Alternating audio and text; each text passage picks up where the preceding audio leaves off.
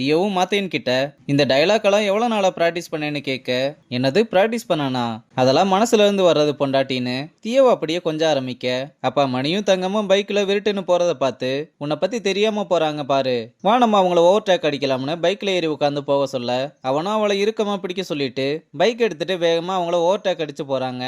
அப்புறம் ஹாஸ்டலுக்கு வந்ததும் இது என் லைஃப்லயே மறக்க முடியாத நாள்னு அவனை கட்டிப்பிடிச்சு இப்படி ஒரு சர்ப்ரைஸை அவளுக்காக கொடுத்ததுக்கு தேங்க்ஸ் சொல்றா. அப்ப மணியும் தங்கமும் அங்க வந்ததும் தங்கம் மணி கிட்ட போயிட்டு வரேன்னு சொல்லாம கூட அங்க இருந்து கிளம்ப, அப்ப மாத்தையன் தியோவுக்கு கிச போட்டுக்கிட்டு இருக்கான். இது அவளும் பார்த்துட்டு ரொம்பவே சோகமா போறா. அப்புறம் மாத்தையனும் போயிட்டு வரேன்னு சொல்லிட்டு கிளம்புனதும் தியோ வேகமா ஓடி வந்து மணிக்கு தேங்க்ஸ் சொல்லி அவன் ஒரு மாதிரி சேடா இருக்கதை பார்த்துட்டு என்னாச்சுறான்னு கேட்டா, தங்கமும் நானும்னு நடந்ததை சொல்ல வந்து தங்கத்துக்கும் எனக்கும் உங்களை அப்படி பார்த்ததுல தாங்க முடியாத சந்தோஷம்னு பேச்ச மாத்துறான். இதை கேட்டதுமே போடா லூசுன்னு தியோ வைக்கப்பட்டுக்கிட்டே போறா.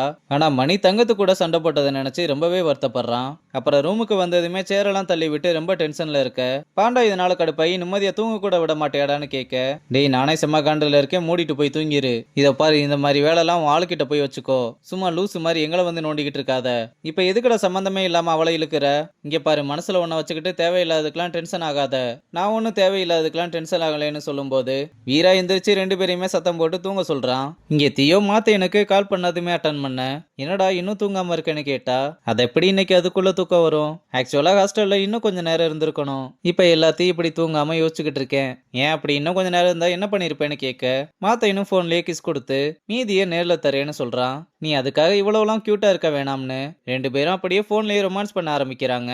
இங்க ரூம்ல தியோவோட தொல்லை தாங்க முடியாம அனு வெளியே வர, அப்ப தங்கம் தனியா உட்காந்து மணியை நினைச்சு அழுதுகிட்டு இருக்கத பார்த்ததும் என்னாச்சுன்னு கேட்கலாம்னு வந்தா, அவ கண்ணை தொடச்சிட்டு வேகமா எந்திரிச்சு ஓடி போறா. மறுநாள் ரங்கன் தியோவையும் மாத்தையனையும் கூப்பிட்டு, நாளைக்கு நம்ம சென்னை கிளம்புறோம், அங்க எல்லாமே கொஞ்சம் டிஃபரெண்டா தான் இருக்கும், ஆனா அது எல்லாத்தையும் விட முக்கியமான விஷயம் நம்ம ரெண்டு டீமுமே ஒன்னா இருக்கணும், யாராவது பேனிக் ஆகுற மாதிரி இருந்தா கூட இருந்து சப்போர்ட் பண்ணுங்க, நான் ரெண்டு டீமையுமே மேனேஜ் பண்றது கஷ்டம் தான், கொஞ்சம் நீங்களாம் சப்போர்ட் பண்ணா நல்லா இருக்கும்னு சொல்லி அனுப்பும் போது தியோ நொன்றதை பார்த்துட்டு என்னாச்சுன்னு கேட்க, மைனர் இன்ஜுரி தான் சார், 2 நாள்ல சரியாயிரும், நீ நொன்றதை பார்த்தா அப்படி தெரியலையே, இல்ல சார் சின்ன காயம் தான் சரியாயிரும், இந்த டோர்னமெண்ட்டுக்கு ஃபிட்னஸ் ரொம்ப முக்கியம், தயவு செஞ்சு உன்னோட காலை பார்த்துக்கோன்னு சொல்லி அனுப்புறான். அப்புறம் பசங்க எல்லாம் பத்மா ரிஷி கல்யாணி எல்லாம் போனதுனால எம்என்சிஏ குவாலிஃபைஸ்ல இருந்த மாதிரியே இல்லைன்னு ஃபீல் பண்ண, கண்டிப்பா இந்த சேஞ்சஸ் எல்லாம் உங்களுக்கு கஷ்டமா தான் இருக்கும்னு புரியுது, ஆனா அதுக்கு ஈக்குவலா நிறைய பாசிட்டிவ்ஸ் நடந்திருக்கு, அப்படி எந்த பாசிட்டிவிட்டியும் நடந்த மாதிரி தெரியலையே, நம்ம ரெண்டு டீமும் ஒன்னா சேர்ந்து செலக்ட் ஆயிருக்கதே எவ்வளவு பெரிய விஷயம் தெரியுமா, அதுவும் இல்லாம மாத்தேனா அவங்க அம்மாவோட சேர்ந்துட்டான், அதோட சேர்த்து மணியும் தங்கமும் இப்ப கப்பிள்ஸ் வேறன்னு சொல்லும் போது மணி இந்த பக்கம் ரொம்பவே அப்செட் ஆகுறான். கேமராவை தங்கத்து பக்கம் போக்கஸ் வச்சா அவளும் அப்படிதான் இருக்கா.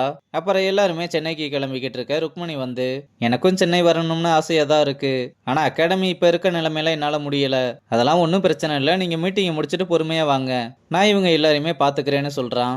ருக்மணியும் சரின்னு பசங்களுக்கு ஆல் தி பெஸ்ட் சொல்லி அனுப்புறாங்க. எல்லாரும் கிளம்பி அப்படியே மாத்தையனை கூப்பிட வர, அம்மா எல்லாரையுமே வரவேற்று உள்ள கூப்பிடுறாங்க. ஜாக்கியும் அம்மாவை எப்படி இருக்கீங்கன்னு விசாரிக்க, அவங்களும் நல்லா இருக்கேன்னு நல்லா விசாரிச்சுட்டு அவனை நல்லா ஊத்து பார்த்துட்டு நீ ஜாக்கி தானு கரெக்டா சொல்றாங்க. ரங்கனும் அம்மாவை பார்த்து உங்களை இப்படி பாக்குறதுக்கே ரொம்ப சந்தோஷமா இருக்குன்னு சொல்ல, அம்மாவும் நீங்க ரங்கன் சார் தானு கையெடுத்து கும்பிட்டு எல்லாத்துக்குமே அவன் கூட இருந்ததுக்கு ரொம்ப நன்றி சொல்றாங்க. ரங்கனும் என்னம்மா இதுக்கெல்லாம் இப்படி பண்றீங்கன்னு கையை கீழே போட சொல்றான். உடனே மணியும் வந்து கையை கீழே இறக்கி விட்டு இதெல்லாம் எதுவும் தேவையில்லைன்னு சொல்றான். சரினா அம்மாவும் நான் நல்லா டீ போடுவேன் எல்லாருக்கும் எடுத்துட்டு வரேன்னு சொல்ல, டீ மட்டும் கொடுத்து முடிச்சிடலாம்னு பார்க்க கூடாது, நாங்க மேட்ச் முடிச்சிட்டு வந்ததும் விருந்தே வைக்கணும்னு சொல்றான். அதுக்கு என்ன சிக்கன் பிரியாணி மட்டன் பிரியாணி ரசகுல்லான்னு எல்லாமே பண்ணிடலாம்னு சொல்றாங்க. அப்புறம் நம்ம பசங்க எல்லாருக்குமே டீ போட்டு கொடுத்து எல்லாரையுமே பார்த்து போயிட்டு வாங்கன்னு சொல்ல, ரங்கனும் மாத்தையன் வரும்போது கண்டிப்பா கப்போட தான் திரும்பி வருவான்னு சொல்றான். தான் பிள்ளை ஜெயிக்கிறத பாக்குறத விட ஒரு தாய்க்கு என்ன சந்தோஷம் இருக்க போது, நீங்க கூட இருக்கும்போது கண்டிப்பா அவன் ஜெயிப்பான்னு எல்லாரையுமே வழி அனுப்ப, மாத்தையனும் அம்மாவோட காலில் விழுந்து ஆசீர்வாதம் வாங்கிட்டு உடம்ப பார்த்துக்கோ நான் போயிட்டு சீக்கிரம் வந்துடுறேன்னு சொல்லிட்டு கிளம்புறதோட இந்த எபிசோட முடிச்சிருக்காங்க.